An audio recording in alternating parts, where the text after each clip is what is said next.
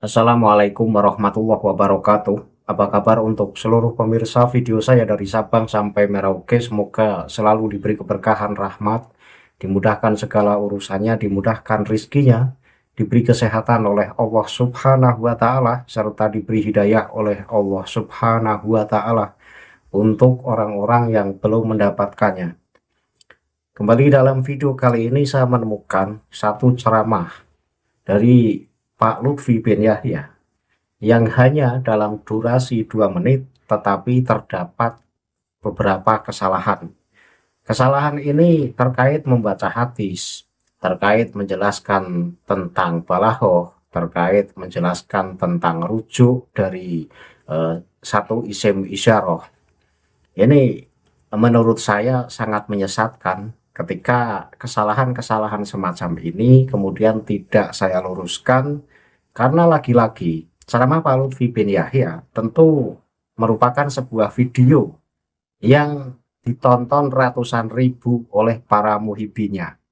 Sehingga ketika tidak saya luruskan, tentu ini akan menyesatkan banyak orang. Karena itu, dalam video ini saya akan menjelaskan mana yang benar dan kesalahan Pak Lutfi letaknya di mana, sehingga penonton yang sudah terlanjur menonton ceramah Pak Lutfi bin Yahya ini akan tercerahkan dan menjadi paham bahwa yang benar ya yang akan saya jelaskan. Namun seperti apa ceramah Pak Lutfi bin Yahya, nanti videonya akan saya tampilkan sehingga penonton bisa menyimak secara seksama. Tetapi sebelum saya tampilkan, bagi seluruh penonton yang belum subscribe channel saya, bisa tekan tombol subscribe, kemudian like, serta share video ini ke teman-teman semua agar yang belum tahu menjadi tahu. Yakinlah bahwa munculnya channel ini semata-mata untuk mengedukasi kepada seluruh umat muslim di Indonesia agar tidak terjerat oleh doktrin-doktrin sesat yang dilancarkan oleh golongan yang mengaku sebagai keturunan Rasulullah. Selanjutnya saya tampilkan cuplikan ceramah Pak Lutfi bin Yahya. Penonton bisa simak video yang akan saya tayangkan berikut ini. Mengapa Rasulullah bersabda utlubul ilma walau bisin? Kalimah walau bisin, hati-hati menafsirkannya. Bukan makna sekalipun di negeri Cina, bukan itu maksudnya. Walaupun sejauh negeri Cina, itu yang benar. Di sini susahnya segi balaghah itu kalau tidak mencerna benar-benar repot, walaupun nahwunya tepat. Itu satu contoh. Kayak ada satu hadis, man ra'aitul munkara fayughayyiru biyadi. Sangat terkenal ini hadis. Fa in lam yastati fa bilisani. Fa in lam yastati fa biqalbi. Dalika, pakainya dalika atau tidak? Pakainya dalika ya? Pripun ya Abdullah? Dzalika al-haful iman. Kalimah dzalikanya ini yang jadi masalah. Marjaknya dzalika itu kepada qulub atau kepada yad, apa kepada lisan, atau semuanya, lisan, al-yad, wal lisan, wal qulub. Karena apa? Ala bidzikrillahi tatma'innul qulub, bukan ala bidzikrillahi tatma'innul yad atau lisan.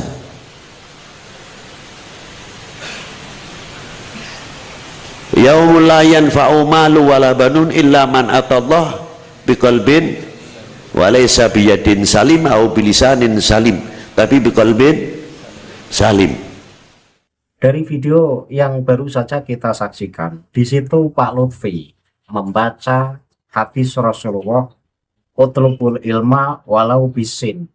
Jadi hadis utlubul ilma walau bisin yang artinya tuntutlah ilmu meskipun hingga ke negeri Cina, atau walaupun hingga ke negeri Cina.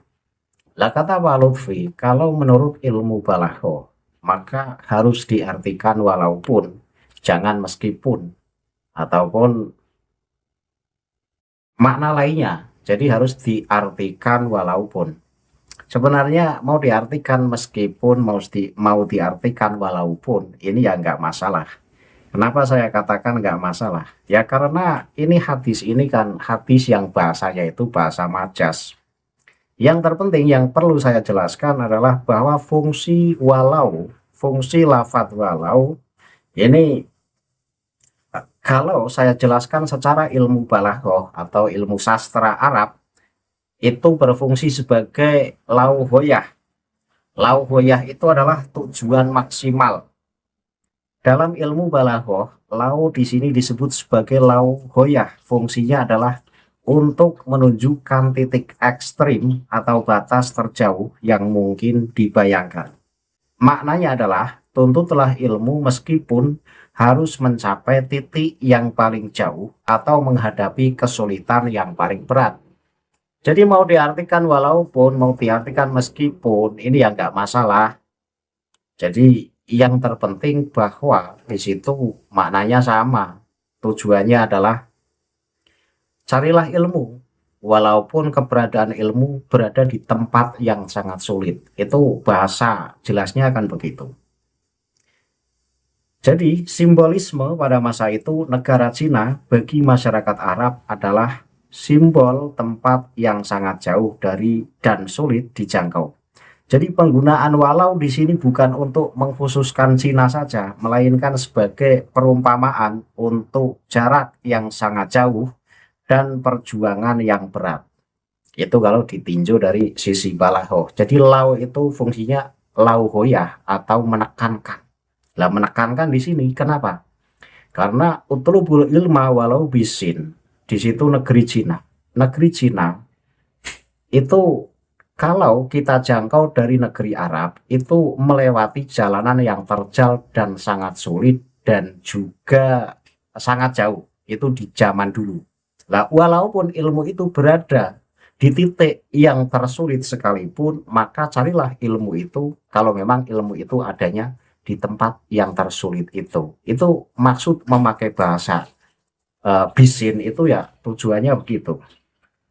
Jadi tidak pas ketika Pak Lutfi mengharuskan harus diartikan walaupun. Ini nggak pas. Yaitu harus diartikan mau diartikan walaupun ataupun meskipun ataupun makna apa saja yang sejenis dengan walaupun itu nggak masalah.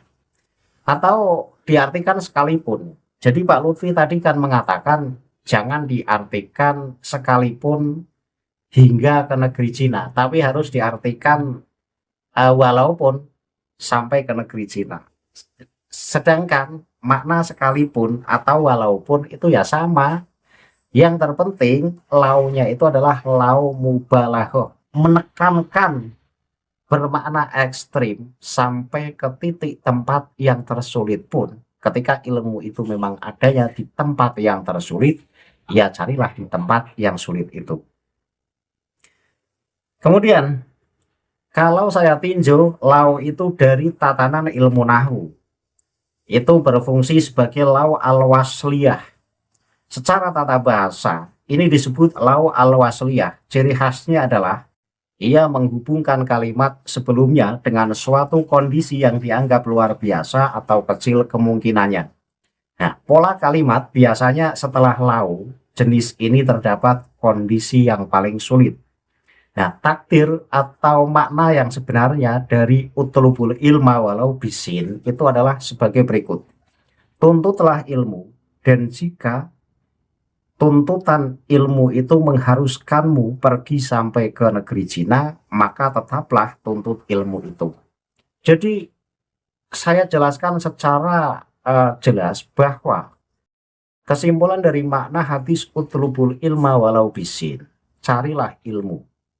Jika ilmu itu berada di tempat yang sangat jauh dan di tempat yang paling sulit sekalipun, maka carilah ilmu itu di tempat itu. Jika memang keberadaan ilmu itu hanya ada di tempat itu maksudnya. Jadi launya itu adalah lau goyah menurut ilmu balaghah dan lau al-wasliyah menurut ilmu nahwu. Kemudian makna filosofis, penggunaan walau di sini berfungsi untuk mubalaghah, memberikan penekanan yang kuat atau melebihkan, dengan tujuan menghilangkan rasa malas bahwa jarak tidak boleh menjadi penghalang, menunjukkan urgensi bahwa nilai ilmu jauh lebih berharga daripada kelelahan fisik atau jauhnya perjalanan.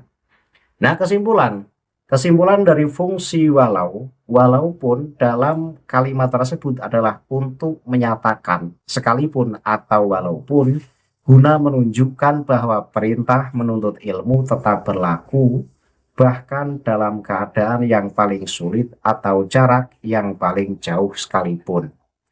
Jadi yang katanya Pak Lutfi bin Yahya harus diartikan walaupun jangan sekalipun, ya boleh, mau diartikan walaupun ya nggak apa-apa, mau diartikan sekalipun ya nggak apa-apa. Yang penting makna yang sebenarnya itu lau di situ berfungsi sebagai lau hoyah yang punya arti sebuah penekanan.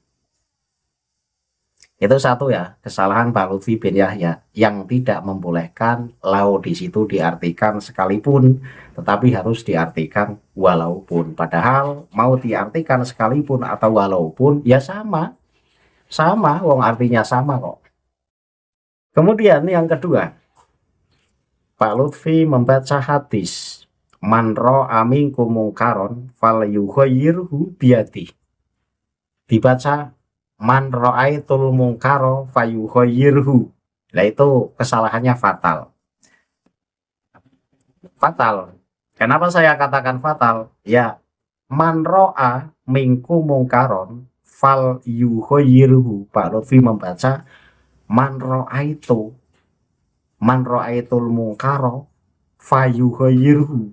Jadi menambahi dhamir tu, kemudian membuang lafat minkum, kemudian membuang lam dalam lafat falyughayyirhu. Nah, itu artinya sangat rusak. Jadi hadis man ra'a minkum mungkaron falyughayyirhu biyadihi fa illam yastati fa bilisanihi fa illam yastati fa biqalbihi wa dzalika aful iman. Pak Lutfi membaca al-aful iman itu. Jadi dalam membaca hadis ini Pak Lutfi salah-salah, di samping salah lupa, terbukti tanya kepada orang yang ada di dekatnya.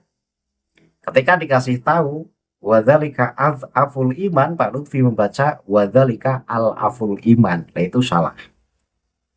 Jadi terjemahan hadis ini adalah barang siapa di antara kalian melihat kemungkaran, maka hendaknya ia mengubahnya dengan tangannya atau dengan kekuasaannya. Jika ia tidak mampu, maka dengan lisannya atau nasihat atau ucapan. Dan jika ia tidak mampu juga, maka dengan hatinya atau doa atau ketidaksukaan. Dan itulah selemah-lemah iman. Jadi hadis ini ada dalam kitab Arba'in, dan hadis ini ada dalam kitab Sahih Muslim, hadis nomor 49. Nah, hadis yang kata Pak Lutfi, hadis yang sangat populer, tapi walaupun Pak Lutfi sendiri mengatakan ini hadis sangat populer, Pak Lutfi membacanya salah-salah. Nah, kan menjadi aneh buat saya. Kemudian Pak Lutfi membahas terkait rujuk lafadz wadzalika. Apakah harus kembali kepada kolbun, kepada lisan, atau kepada yadun? Ini Pak Lutfi tidak begitu memahami fungsi isim isyarah dan tidak begitu memahami susunan kalimat. Kalau orang yang memahami susunan kalimat, maka wadzalika ini jelas kembalinya kepada fa'ilam yastati fabiqalbihi. Karena apa? Karena kita runtut, barang siapa yang melihat kemungkaran, maka rubahlah dengan kekuasaanmu. Jika tidak mampu, maka dengan ucapanmu atau dengan nasihatmu. Dan jika tidak mampu, maka dengan hatimu. Jadi menolak dalam hati atau menunjukkan rasa tidak suka di dalam hatinya. Kemudian wadzalika ad'aful iman, dan itulah selemah-lemah iman. Lah itulah itu kembalinya kemana? Kan sudah jelas. Fa'ilam yasati fabiqolbihi. Jadi urutan yang terendah itu adalah menolak kemungkaran dengan hati. Lah ketika urutan terendah menolak kemungkaran dengan hati, maka wadzalika itu kembalinya fa'ilam yastati fabiqolbihi. Karena apa? Karena itulah selemah-lemah iman. Hal semacam ini kok bicara dibahas muter-muter pakai ilmu balaghah, tapi balaghahnya ngaco, ngawur. Kemudian disambung dengan penjelasan ayat Al-Qur'an, yaumala yang fa'umalu walabanun ilaman atau woh bikol bin salim. Ya ini nggak runtut.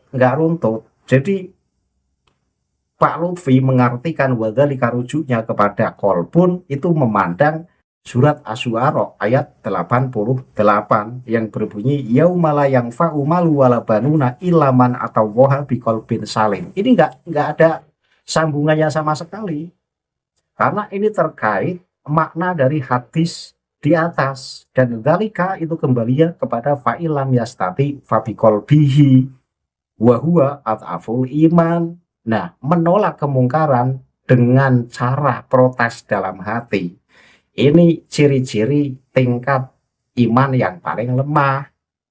Itu loh. Jadi jangan muter-muter bicara soal balaghah tetapi tidak runtut dan tidak menyasar sama sekali. Nah, maka dalam hal ini saya pertanyakan, apakah Pak Lutfi bin Yahya itu benar-benar memahami nahwu dan memahami ilmu balaghah? Sehingga ketika bicara masalah balaghah maupun nahwu seringkali tidak nyambung. Kemudian Pak Lutfi di situ membaca yaumu la yang fa'umalu walabanun ilaman atau woha biqolbin salim. Untuk hal ini saya bisa menjelaskan. Umumnya lafadz yauma dibaca nasab umumnya. Karena apa? Ya karena menjadi dhorob atau menjadi badal dari lafadz yauma di ayat sebelumnya. Nah, ketika Pak Lutfi membaca yaumu, ini masih saya ampuni. Karena memang ada ulama yang bernama Isa bin Umar bin Karwan atau Asim al-Jahdari dan Abu Haywah ini membolehkan dibaca yaumu. Tetapi penting untuk diperhatikan, bacaan yaumu ini dikategorikan sebagai qiraah sadzah, bacaan yang aneh, bacaan yang bisa disebut bacaan sesat. Artinya bacaan ini tidak digunakan dalam standar mushaf Utsmani yang kita gunakan untuk sholat seperti riwayat Hafs dari Asim, namun tetap diakui dalam studi tata bahasa Arab dan tafsir. Jadi walaupun secara tata bahasa dan ilmu tafsir itu boleh dibaca yaumu la yang fa'umalu walabanun ilaman atau woha biqolbin salim, tetapi itu pendapat yang syad, pendapat yang aneh. Nah, kalau mau unggul-unggulan pendapat, tentu mayoritas membacanya yauma. Lah sangat aneh ketika justru pendapat yang sedikit kemudian dipilih. Itu loh masalahnya. Jadi kesimpulannya, secara riwayat syadah, tokoh seperti Isa bin Umar dan Al-Jahdari ini membolehkannya dibaca yaumu. Namun jika Anda membaca Al-Quran di dalam sholat atau bacaan biasa, tetap wajib mengikuti harokat fathah atau dibaca nasab sesuai dengan mushaf standar. Jadi boleh dibaca yaumu itu hanya sebagai pengetahuan saja, jangan dipakai untuk ceramah, apalagi dipakai untuk bacaan ketika sholat, karena itu bacaan yang syad. Jadi kita boleh membaca yaumu atau yauma itu hanya sebatas sebagai pengetahuan saja. Tetapi ketika pendapat yang sangat masyhur itu harus dibaca yauma, dan yang bilang boleh dibaca yaumu itu pendapat yang syadzah, ya kita harus memilih bacaan yang harus dibaca yauma. Jangan dibaca yaumu ketika ayat tersebut dipakai untuk bacaan sholat atau dipakai untuk tilawah biasa. Ya termasuk untuk ceramah. Jadi pada saat kita ceramah kemudian mengutip ayat Al-Quran surat Asy-Syu'ara ayat 88 ini ya bacanya yaumala yang fa'umalu wala banun ilaman atau woha biqalbin salim, jangan yaumula yang fa'u. Jadi yaumula yang fa'umalu wala banun itu cukup sebagai pengetahuan saja, sebagai tambah wawasan saja. Itu loh. Jadi ada berapa itu Pak Lutfi kesalahannya? Jadi dari menjelaskan hadis utlubul ilma walau bisin, di situ tidak boleh diartikan sekalipun, katanya harus walaupun. Padahal sekalipun dan walaupun ya sama. Yang terpenting launya di situ lau mubalaghah yang punya arti menekankan. Itu yang perlu dicatat. Kemudian membaca hadis man ra'a minkum mungkaron falyughayyirhu biyadihi, dibaca man ra'aitul mungkaro falyughayyirhu. Nah di situ salahnya fatal. Kemudian membaca wadzalika itu isim isyarah, membahas masalah marja, rujuk kembalinya kemana. Pak Lutfi mengembalikan kepada lafadz kolbun. Tidak tepat ketika hanya kembali kepada kolbun, tapi kembalinya kepada lafadz fa'ilam yastati fabiqolbihi. Karena apa? Wadzalika aful iman. Adapun protes atas kemungkaran hanya dengan hati saja itu adalah ciri-ciri iman tingkat rendah. Wadzalika aful iman. Lah kalau kembalinya ke kolbun saja ya tidak pas, tidak cocok. Dan disambung penjelasan yang muter-muter, disambung ayat yaumala yang fa'umalu wala banun. Nah itu kan nggak nyambung sama sekali. Nah untuk muhibin, ketika orang yang Anda kagumi, orang yang Anda anggap sebagai al-alim, al-alamah, sufi dunia, ahli torekoh dunia, tetapi seringkali kacau dalam membaca hadis, dalam menjelaskan ilmu baik mantek maupun balaghah, dan juga seringkali salah dalam membaca Al-Quran. Ya apakah kita masih akan husnudon bahwa Pak Lutfi bin Yahya sebagai ilmuwan yang benar-benar membidangi ilmu agama, sementara bukti dan bukti sudah banyak saya tunjukkan atas kesalahan-kesalahan dari baik bacaan, dari cara menafsirkannya. Ini seringkali salah. Kalau sekali dua kali saya anggap wajar karena al-insan mahalul khata' wa nisyan. Tetapi kalau sering dan berkali-kali, lah ini yang menjadi masalah. Sehingga saya ragu untuk menganggap apakah Pak Lutfi bin Yahya benar-benar orang alim yang membidangi ilmu agama. Dan standar ulama itu memang harus menguasai ilmu nahwu, shorob, iqlal, mantek, balaghah. Itu standar menjadi ulama. Ya apalagi ulamanya ulama dunia. Ya tentu ilmu yang dasar itu ya harus wajib dimiliki. Ya ketika ulama dunia kemudian ilmu dasar menjadi ulama saja tidak dimiliki, ya batal sebagai ulama dunia. Itu loh. Jadi untuk muhibin, ketika saya tunjukkan kesalahan-kesalahan Pak Lutfi bin Yahya dalam ceramah, seharusnya berterima kasih. Sehingga dengan saya tunjukkan mana yang benar, maka Anda akan menjadi tahu, oh yang benar begini. Bukan marah. Nah kalau marah itu Anda tidak menerima ilmu. Karena yang saya sampaikan ini berdasarkan kajian ilmiah. Gitu ya. Jadi cukup yang saya bahas. Dan untuk penonton semoga paham dari apa yang saya sampaikan. Akhirul kalam, billahi taufiq wal hidayah. Wassalamualaikum warahmatullahi wabarakatuh. Salam waras untuk seluruh muslim di Indonesia.